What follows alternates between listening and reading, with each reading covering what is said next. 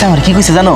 চাচা আমারে কইছে এখানে বছর বান্ধা কাম করলে আমার একটা লাল টুকটুকে বিয়ে করাই দিব।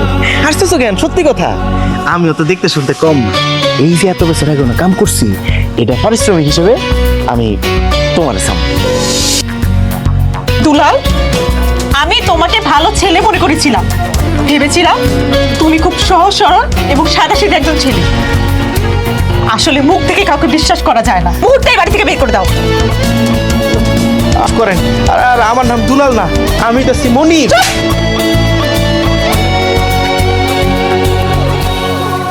फिरता रहूं दर बदर